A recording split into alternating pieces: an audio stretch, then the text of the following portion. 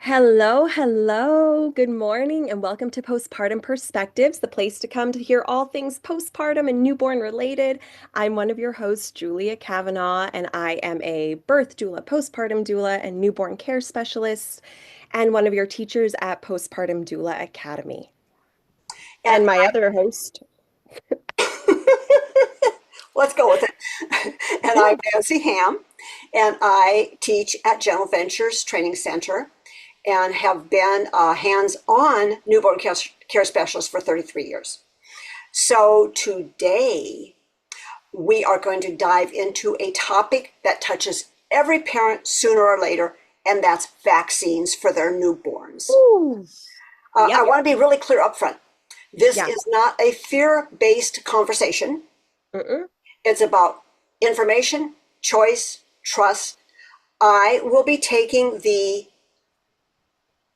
do I want to say con side, the side where I do not necessarily believe in vaccinations. Although I would like to say here at this point, I don't have a problem with vaccinations. It's the stuff in the vaccinations. And it's some of the vaccinations that I think are worthless. So we are going to, and Julia is going to be pro vaccination. And Yeah. that doesn't mean that this is what we believe in our everyday life. This is the stance that we have decided to take for this podcast. Yeah. Okay? To make it entertaining and educational. Yes, to make it entertaining and educational, absolutely. Um, so we want you to be able to make informed decisions, Yeah. not pressured ones. And Yeah. people, believe me, moms, dads, NCSs, whoever, postpartum doulas, whoever's listening, you're going to be pressured. Yeah. If you decide to take any of my suggestions, like perhaps waiting, Mm-hmm. scheduling out longer, you are going to have a lot of pressure put on you. And actually, I have had parents come to me and say that their pediatrician told them if they do not vaccinate now, they don't need to come back. Yeah. I mean, that's huge pressure on new parents. Oh, yeah. Yeah. Yeah, you're going to lose your doctor if you don't vaccinate. Yes. So, how well do you like your doctor? But also remember, if he's giving you pressure like that, he might not be someone you want to work with in the hospital if something happens Right, to your child. right, You right. always have informed decisions. So let's get down into some of the straight facts, what I want to call the down and dirty truths about newborn vaccinations. And we're going to start with the baby's very first vaccination, which is the Hep B vaccination. Mm, That one is given on day one of life. Hospitals are required to offer it right mhm. after birth. Most hospitals don't say we're offering this, they just give it to the baby. So you have to be on your toes and know exactly what is going to be given to your child. Now, why do they give it? Hep B is transmitted through sexual and blood contact. Yeah, So unless the mom is positive for Hep B or is a high risk in some other way, it's not medically necessary. true. So do you know this can be delayed? You can delay this dose until a later time, till you give yourself time to think about it, or you Yeah, can opt out. That's really up to you. It's always your right to ask. So this is one of the vaccinations that I am like, no. I mean, yeah. obviously, yes, if mom is Hep B um, active, but otherwise, why?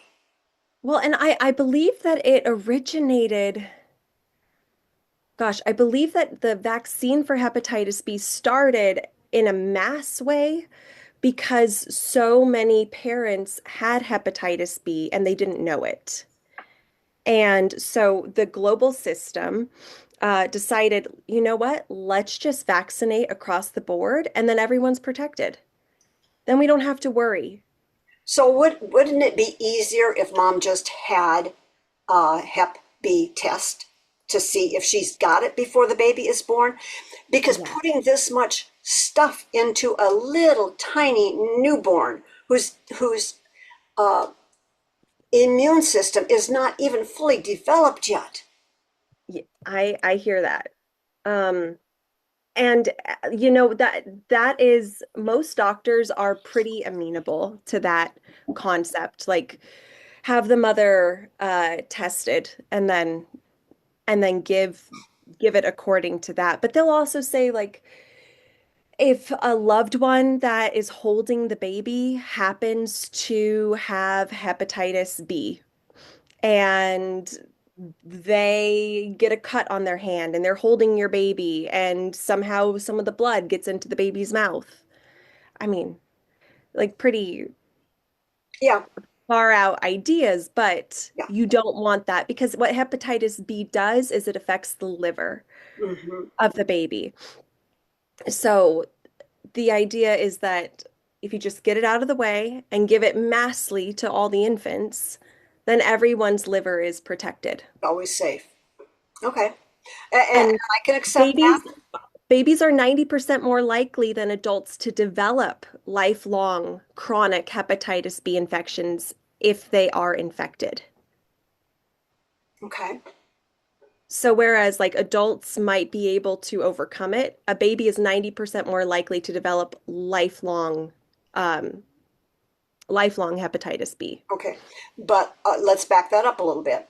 With a little bit of safety measures, Yes. mother being tested, Yes. no sexual contact with the baby, hello, Hello. and nobody around the baby that has open cuts. I think that's very fair. I think that's very fair. And then you've just saved your child from having this put into their body and their little body having to fight this. Yeah. Well, hepatitis B for adults can often be silent and have no symptoms. So that's why there's that big push of like, but if we just get moms tested, if that just becomes part of what we do during the pregnancy testing time before birth, I am with you on that. Okay. And Yeah. I am with you too. It's very interesting how that turned. By the way, Julia and I do not discuss this stuff beforehand. So Yeah. I have no idea what's coming out of her mouth, and she has no idea what's coming out of mine, which makes it kind of interesting. So Yeah. yeah, Yeah. we like to keep it Well, fresh. and so there's also, you talked about delayed vaccines. There is a doctor, his name's Dr. Paul Thomas. He's a pediatrician, and he wrote a book called The Vaccine Friendly Plan. Hmm. Um, and he that's a book where he outlines alternative vaccine schedules.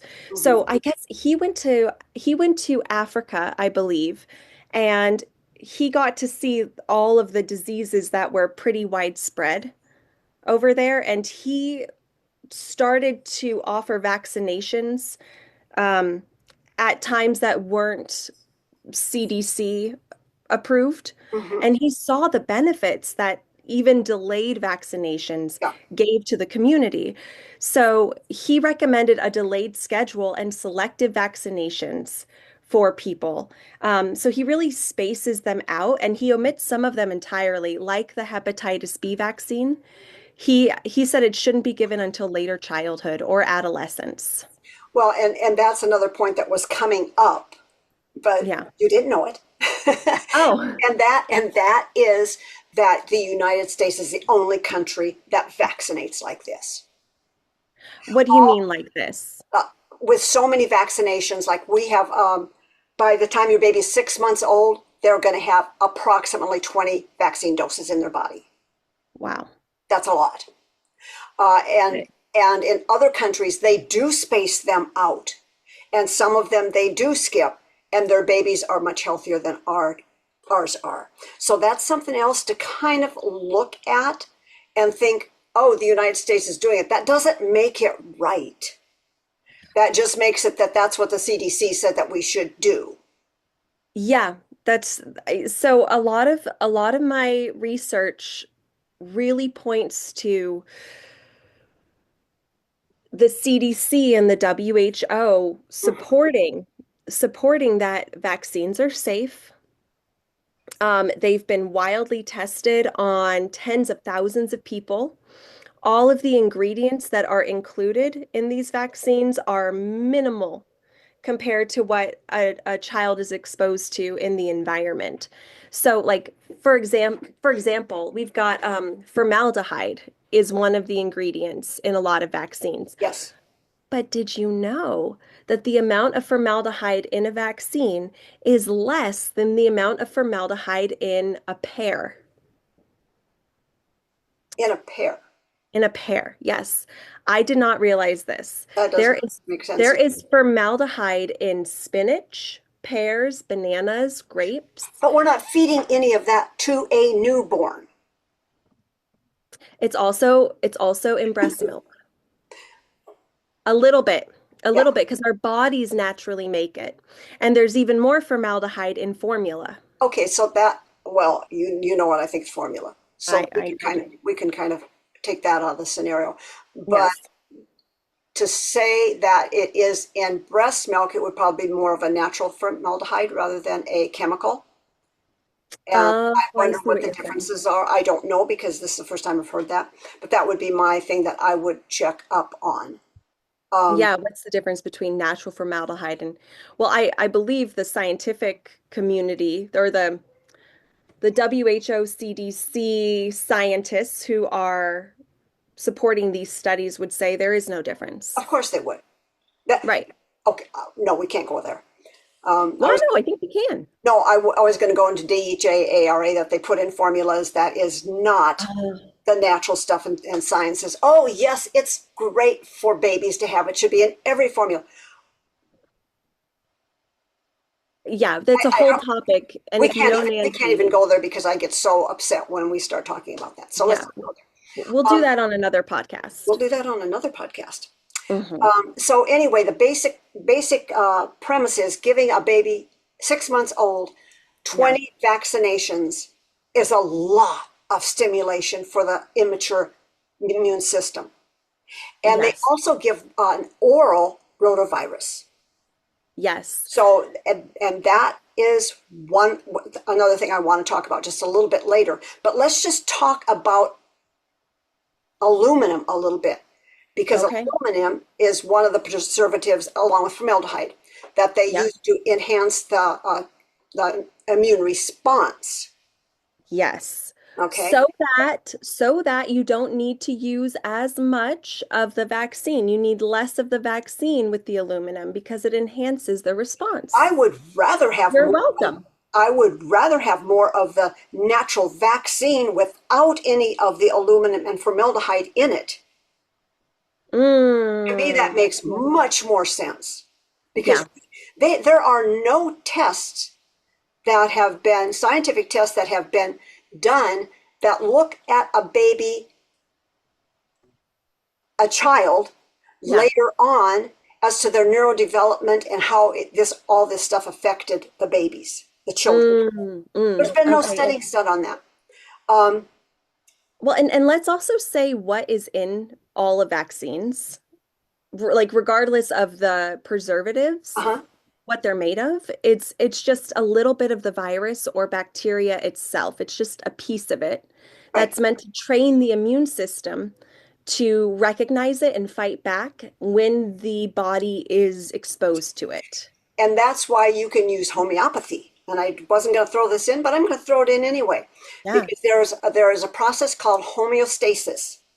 And Yeah. it is taking a newborn through the first 2 years and giving them the vaccines homeopathically, which have absolutely no garbage in them. They're just the Wow. pure vaccine. Wow. And does that work? Of course it works. It's homeopathy. And what is homeopathy? It gives a little minute portion of the illness Yeah. so that the body can start building up all the immune responses Wow. without any of the formaldehyde, without any of the aluminum, without any of the other junk they put on it. It's only the actual sickness. Well, as a World Health Organization, CDC person, I Okay. would have to say there's no scientifically backed evidence to support that claim. Oh, yes, there is. Oh, I can show you scientifically backed information. Scientifically, well, I can show you information that's been backed up by studies. I don't yes. know if they're scientific or if they're homeopathic, and they may be homeopathic on Okay, how okay. well this works. And this is a very interesting point too, because this when I was doing research for this, Mhm. it was very difficult because I wanted to go into like your argument. I was like, okay, what will the opposing side use to support not vaccinating?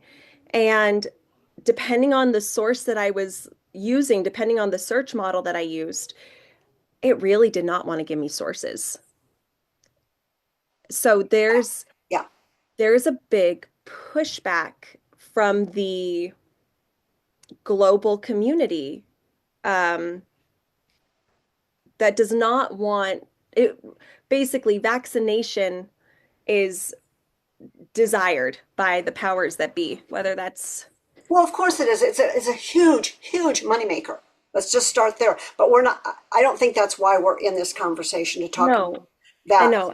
And so from a CDC WHO perspective, right? The Center for Disease Control and the World Health Organization, which is like those are the two um, authorities that we often look to tell Mhm. us what's healthy and not healthy. Vaccines really do promote immunization to these diseases that have killed millions of people um, throughout our history, and now they don't exist thanks to vaccinations. And if we, I see you smiling over there. You can jump on in if you want. I'm But going to like listen to you first. if we give our babies these vaccinations early on and train their immune systems early on, they will be much less susceptible to things that would have killed a baby in, like 100 years ago. Okay, all right. I've got to jump in. I Yeah, can't do this anymore. yeah. Okay, do you know that you cannot under any circumstances sue for injury any of the pharmaceutical companies for vaccines? They are not liable for anything. That I goes did not know that. from the COVID thing down to every single vaccination that is available. They are never held responsible. However, there is a federal vaccine injury fund, and it has paid out more than $4.9 billion on vaccine injuries. Wow. Most people don't know that even exists. And so if something Wow. does go wrong, you have to go through the National Vaccine Injury Compensation Program. Wow. It's not meant to scare people, but it is available, and they have paid up 4.9 billion to date. But the majority of people don't experience any adverse reactions to these vaccines. That's not true. Most people have some kind of reaction, whether it's a fever, whether it's a sore arm. It may not be that they go turn into autistic babies or anything like that. It may be just something small. My Good son, point. my oldest son, when he got, I think it was his measles, and my kids did get vaccinated, a couple of, MMR, measles, mumps, rubella. yep. He could not move his arm for 2 weeks, and I was scared to death. Whew. I was scared to death that I had ruined my child. He did not use his arm. He said, "I can't move Wow. it, Mom. I can't move it." How And did what did you this is do? I didn't. Well, first of all, I had no idea there was anything I could do, Yeah. and we just didn't get any more vaccinations. Yeah. Yeah. Well, there are people that they do advise not to get vaccinations. They do. And those would be like the severely, well, no, the immunocompromised, it depends on the vaccine. Like if you're immunocompromised, they'll say, yes, you should absolutely get the flu vaccine because you don't want to get the flu. because my mom is immunocompromised, and they would always say, "Oh, you need to get the flu vaccine. You need to get all these. You need to stay up to date." The Yes, but COVID vaccine. anybody that uses their head and thinks about that. My mom called me. She's dead now, so she didn't call me lately. But when she called me and Yes, wanted to get the chickenpox vaccination, and I'm like, yes. Mom, why do you want to get chickenpox vaccination? All my friends are doing it. And I said, Mom, please, please, please don't do it. Had she ever had chicken pox? Yeah, yeah, Oh, she was a little girl. I had chickenpox. Everybody had chickenpox. so then And her body had the immune right, response already. I already Yeah. had. Then probably about 2 weeks later, she calls me. Guess what I did today? And I'm like, what did you do? And she says, I got the chickenpox vaccination. I said, Mom, you got to be kidding me. Okay, it's over. It's done. Just hope nothing happens. It wasn't like a week later that she had a severe outbreak of herpes on her vagina. What? She's never, and not herpes, not herpes. No, not herpes. What's the stuff you get from chickenpox? Well, those little like pimple No, things. no, no. Yeah, but what are they called? It's not herpes. Herpes is a another disease. Um, Oh, oh, shingles. shingles, shingles. She got Shingles. shingles on her vagina so bad. Oh, wow. Yeah, so bad. And she went back to the doctor, and the doctor says, I don't know I don't know why you would get them there. Well, I can tell her why she got them there. I can tell Are her you why she sure got them. she didn't have a boyfriend No, or somebody that she was? Because no, I've heard about stories like that too. no, Like they have a little too much fun. no. First of all, my mom was still married to my dad, and Okay. they'd been married for almost 60 years, so probably that wasn't it. Okay.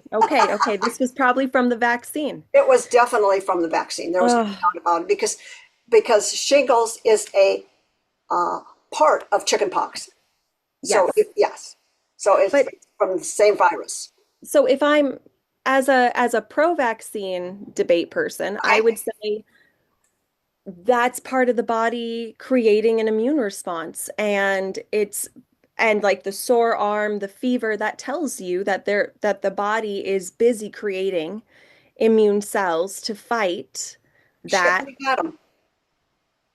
She already had them from the chicken pox that Well, she. not just your mom, but like for Yeah, babies it's and just anybody else, you know? yep. That's what I would say. And I would say your son's experience is rare. Uh, Not so much so. No, not so Well, and much. also it's interesting. MMR, the measles, mumps, rubella, that is an active virus. The virus that's in there is a live active virus versus like IPV. That is an inactive virus. Well, the rotavirus is another one that's live. Yes, rotavirus is also Yes. live, and so is varicella is also Okay, live. so when they are given those live vaccines, Yeah. the baby can shed. Do you know what What that do means? That means that the baby is kind of like contagious. Baby is contagious. Okay. So Hmm. it can be found in the baby's stool for several days, maybe Wow. even a couple of weeks after the baby comes back home from the shot. From the shot, Wow. I'm sorry, from oral. It's an oral. It's not a shot. It's oral, That's uh, oral. and it's often not discussed on how to take care of that. But you Yeah. either have to wear gloves or wash your hands thoroughly after any kind of diaper change. So if you Wow. have in your home an immune compromised child or an adult or even They an, don't tell you that. they don't tell you that. They They don't don't tell tell you you. that you've got to use extra hygiene when you bring the child home. Especially if you have Somebody other else in the family children. doesn't get it, and it won't be like they've been given the shot. It will be they'll have an actual virus. Wow. Yeah. So that's another. Okay, you also mentioned that you are nervous about um, the carrier fluid that the vaccines come in, right? It's because, like, in order to get these vaccines on the marketplace, in the stores, the virus or bacteria has to be put inside of a fluid to preserve it, Right. right? And you were saying that this was earlier on in our conversation, but you said that you were nervous about what's inside of the carrier fluid, like mercury, lead, formaldehyde stuff. Yeah. And what I didn't say then, but I want to say now, is that those ingredients that are present, they're tiny and they're strictly regulated amounts, often less than daily dietary exposure. Okay, you explain this to me then, because I think Okay. this is very interesting. The Yeah. FDA says that IV aluminum exposure should not exceed 25 micrograms per day for infants. Okay. Yet, by 18 months, a baby will receive up to 4,200 micrograms through vaccines. Well, the FDA is talking about daily exposure, right? They're talking about per day. Per day. Right. Per So day. what the number you just gave was for 18 months. Yeah. So they've received 4,200 micrograms through vaccines. I'd like to break that down by day and see how much that is per day. But it's not per day, it's per shot. By the time they're 18 months. But if they can only get 25 milligrams per day and one shot has 400 in it, Mm-hmm. that's where the issue comes in. That's where the I issue comes in. If it I was 25 milligrams per day and they gave them only 25 with a shot, it wouldn't be an issue. But it's an issue because there's so much more than 25. And I don't have how much per shot. I did, maybe I do. Hold on. I've got my notes here, and I'm not sure. Let's see. Yeah. Okay, here is what, and I can't break this down. According to the FDA, infants should receive no more than 4.5 milligrams of aluminum per kilogram of body weight per day. Sounds Okay. reasonable, okay? So let's break Okay. that down. An average newborn weighs about 8 pounds. That Okay. means that by the FDA guidelines, a baby can safely handle around 18 milligrams of aluminum in a 24-hour period. Now, we just saw 25, so we'll go with that. We'll go with that number.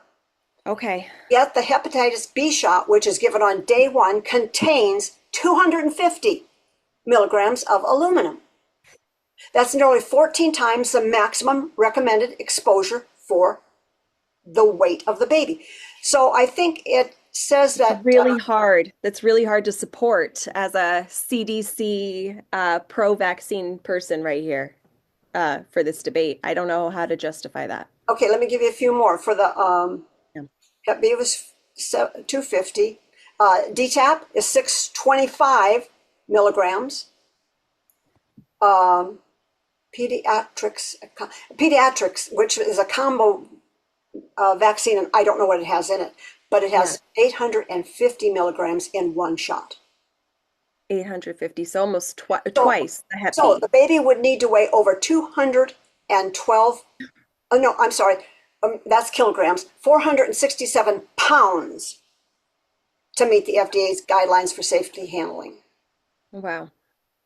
And the aluminum is supposed to preserve the tincture so that it Right. can reach So, people so the doctors, they used to just order the shots that they need and give them out.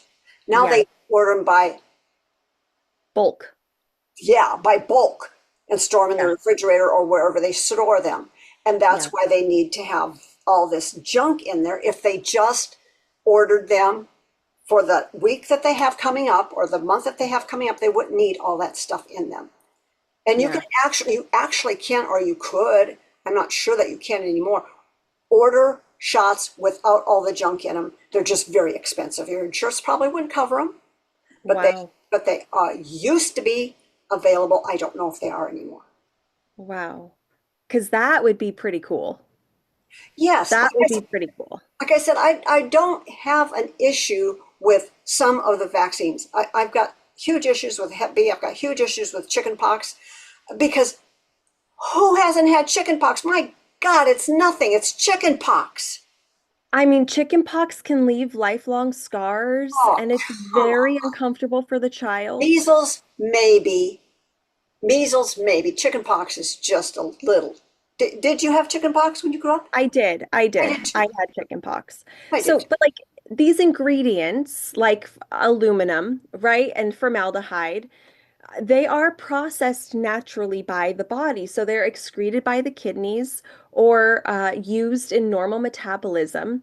Um, so they, uh, WHO and CDC would say that they don't pose any harm. Okay. What harm? What harm? So then why are we paying out billions of dollars in vaccine injuries if they don't cause any harm? Billions Mm, of dollars if they don't cause any harm. Something is being overlooked. yeah, I hear that. Something I, is being overlooked. That's a lot of money to pay out. um, so I mean, because it's used in adjunct for children, it boosts the immune response, but well, and also aluminum is everywhere, right? It's in our water, it's in our food. Um, But not in that, babies, but not in that dosage. I see. Dosage Yeah. where it's so high that they're giving 850 per shot instead of 25, which an infant can handle safely. And don't anti-vaccination doesn't that group claim that aluminum in vaccine causes autism, brain damage, and autoimmune diseases? You know, I don't know if that's true or not. I know, That's what I found on yes, and I the don't know. I don't know the validity of that, but I do know, and I have talked personally to people who have had the babies have their first shots, and before they went in, they were alert, active children, and when they came out a couple days later, they were not. They never responded again. well, and here's the thing with that too. Every every baby's body is different. Absolutely. And so every baby's going to respond a little differently. And Yes. there are the odd cases, Yes. the rare cases, Where the body uh, can't. where where the baby does react and have a poor reaction to a vaccine and it changes their personality. And so, do you want to be the mom that had to try that on your baby and see, oh, I hope she doesn't get autism from this, or I hope she doesn't have any personality changes from this. I'm going to go ahead and do it and give it a try. But those studies haven't been peer reviewed. No, they haven't been, but all the parents that have got the information that this happened to their child, isn't that worth something? Peer I'm review, scientific, whatever. It's happened to some parents, to a lot of parents. Do you know that autism has? Oh, I don't even know. It used to be one in every. What was it? 33 in every thousand. Now it's.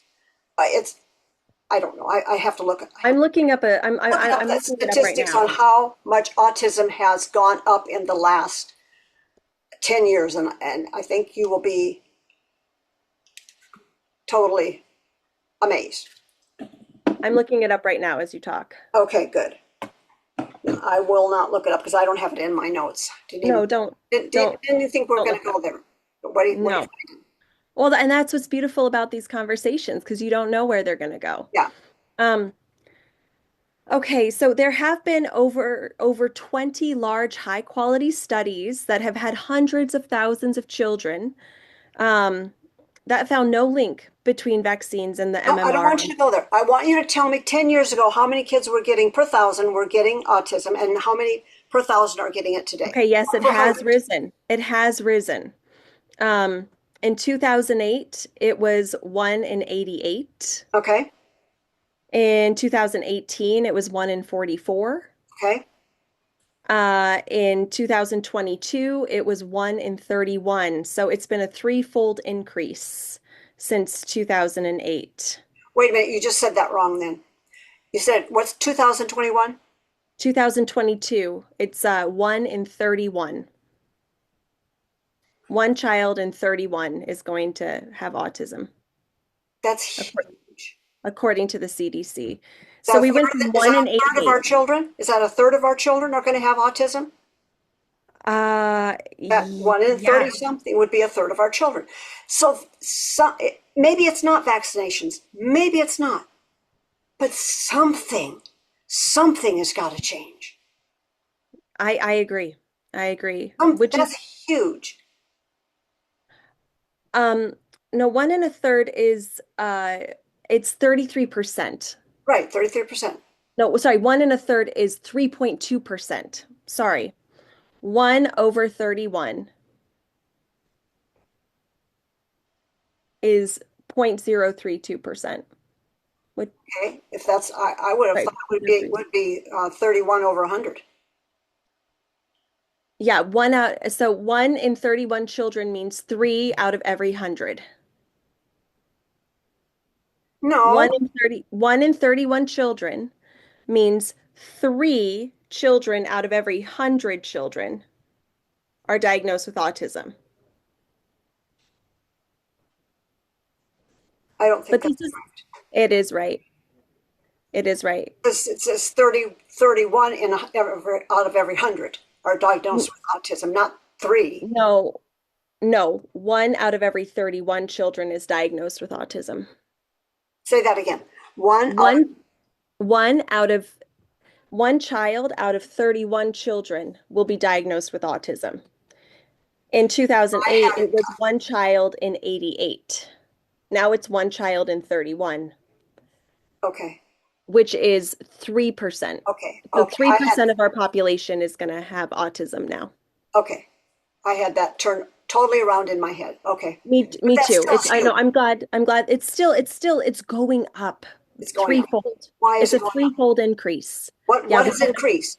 The only thing that's increased are how many vaccinations a child gets that compared to what they used to get. And all the stuff that's being put in the vaccinations now that wasn't put in when my kids were little. See, it's just a, the global experts, organizations like the CDC, WHO, FDA, and countless independent researchers worldwide continuously review vaccine safety data.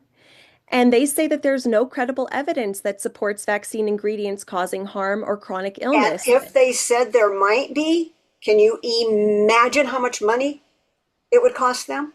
It would cost them a lot.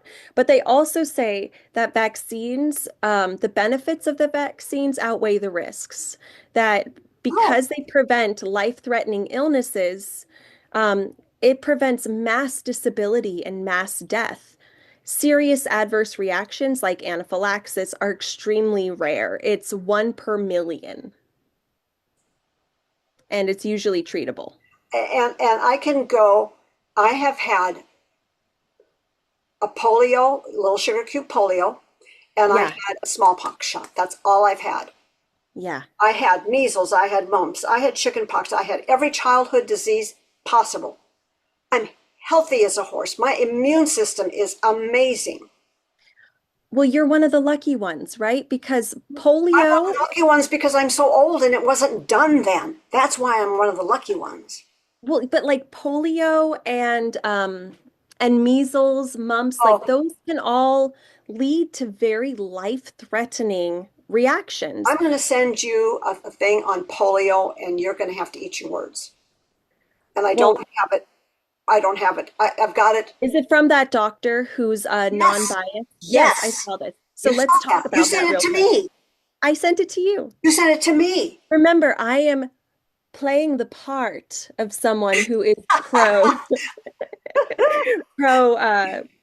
pro vaccines. Yeah. Um, But in this video that I shared with Nancy, there's a pediatrician who is a vaccine neutral doctor. And she presented the evidence around the polio vaccine. And I don't have her stats in my head, but basically it breaks down to the majority of kids who have any reaction to polio itself, not the vaccine, but who get polio um, have a they don't even know that they have it. Right. Like they get it and it has no symptoms at all. Yeah. The amount of kids that have some symptoms and then the symptoms disappear within like 24 to 48 hours, that's a small portion of the pie. And then an even tinier portion of the pie are the kids who get polio and and it's paralyzing. Isn't that like 0.0002 or something? I mean, it's so, so rare. It was so rare and yet here we are giving Fighting it off to polio. everybody. Yep. Um, but it is contagious.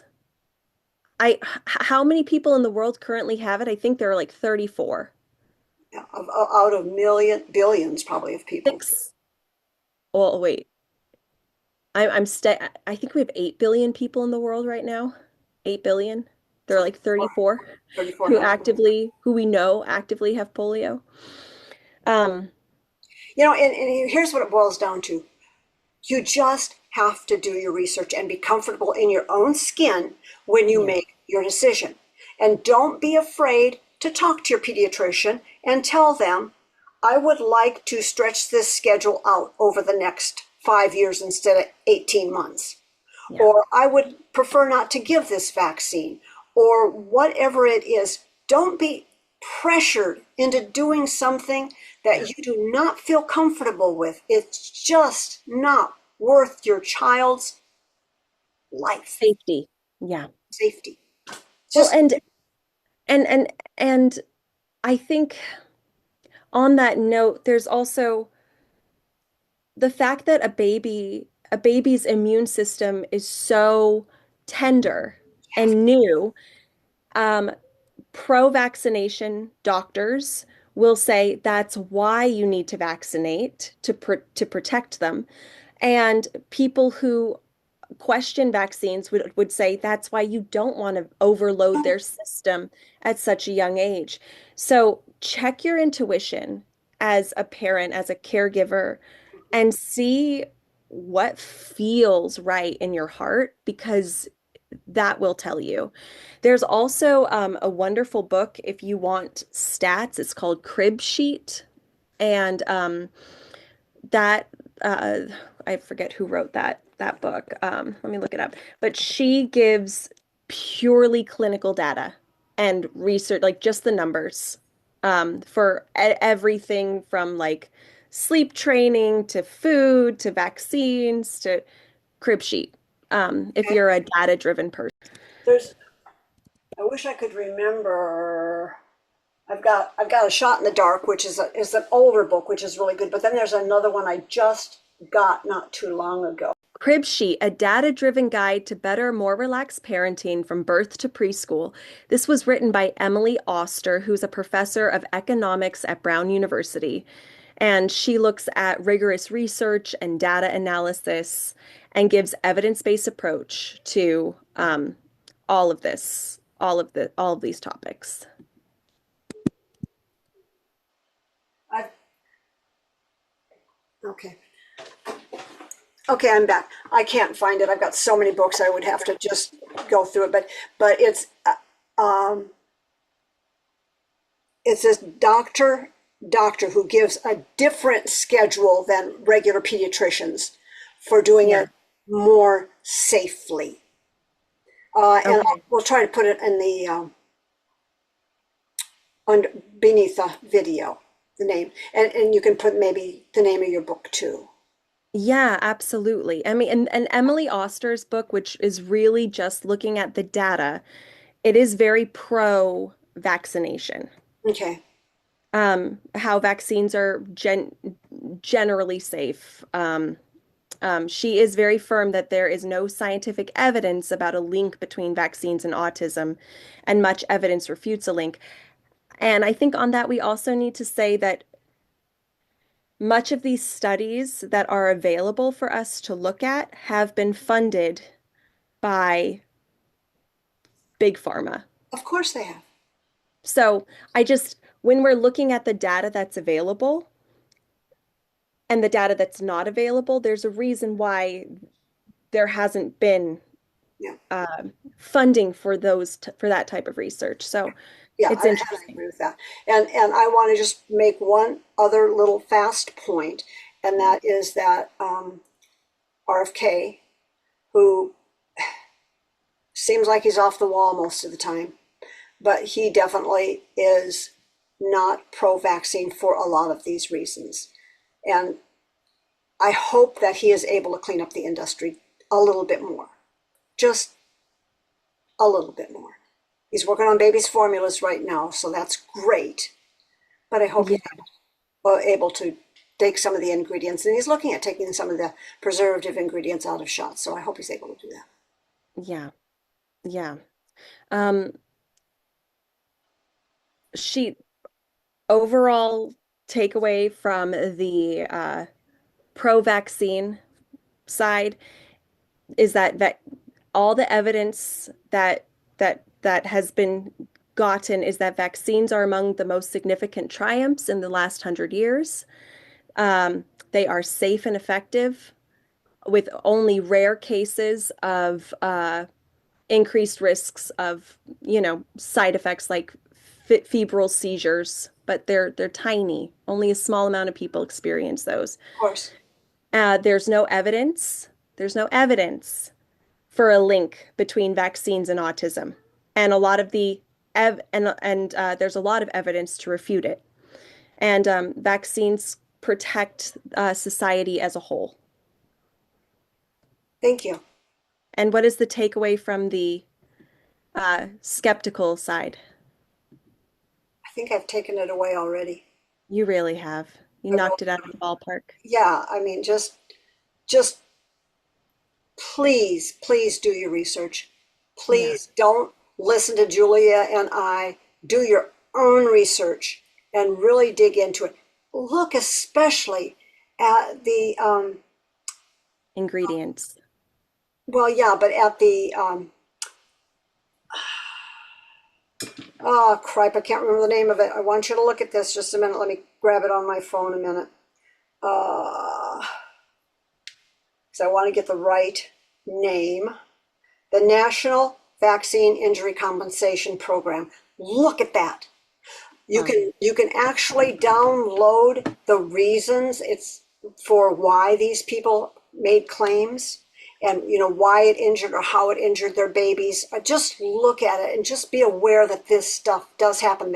They're shoving it under the rug, Yeah. but they've paid out billions of dollars. So there's a reason for that.